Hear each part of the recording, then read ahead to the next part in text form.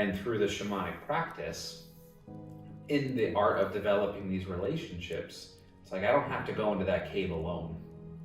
You know, I cultivate support, I cultivate guidance and mentorship, I cultivate the teachers and leaders and other people in my community, other, you know, teachers and leaders and guides from something beyond my expectation and understanding.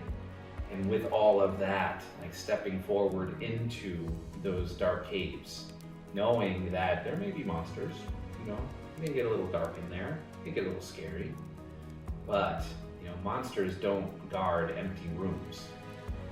It is what's in there. The treasure that I am seeking is in there. And it's kind of that perspective shift as well, as if I'm being challenged, it's because what I am seeking is worth the fight.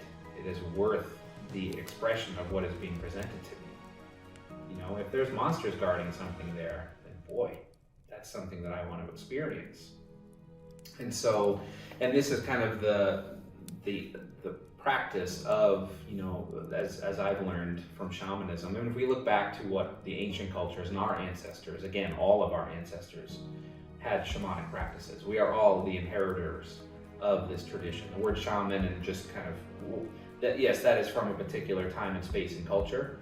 And, you know, we pay reverence and respect to that culture that gave us this word. And that word is highlighting something much greater and broader than this particular culture in time and space. The Tungus, they're the Mongolians and the ancient Tungus people, that's where that word comes from. And that is the word that has been passed down that we use to kind of illuminate this idea, this practice.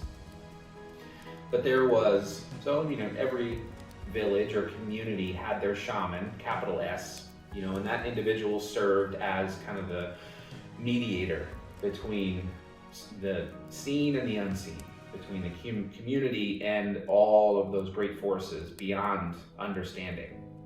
And that was the shaman's role, is to be the ambassador for the tribe, for the community, to the unseen realms. Just like it was the king or the queen's role to be the ambassador to the other realms of men and women, and to these, like there were these were the roles that were being played as a way to allow the community to grow and flourish. And the shaman's role was to communicate to the spirits of the land, spirits of the sky, to the ancestors, to the unseen forces. So they were the one that went into the cave on behalf of the community.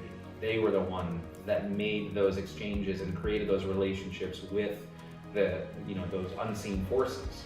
That was their, it wasn't always the most thankful job, you know, because if they're the ones that are responsible for making sure that the buffalo come back next season, or the crops grow in the spring and they don't, well, they know who to blame, you know. So it wasn't a glamorous. They didn't have, you know, if they had Instagram accounts back then, I don't think many shamans would be telling everybody that they're the shaman. They wouldn't be the influencers out there? I don't think so. But there was an understanding amongst the community that while that shaman, capital S, served as the ambassador and the go-between for all of the outer world of the community, that each individual of that community be the shaman to the village inside. They were the go-between for this world that exists within them. And how are they going to relate on an individual level? You know, the shaman prays for the community, the individual prays for themselves, prays for their family. And that's a distinction that I think has kind of gotten lost along the way.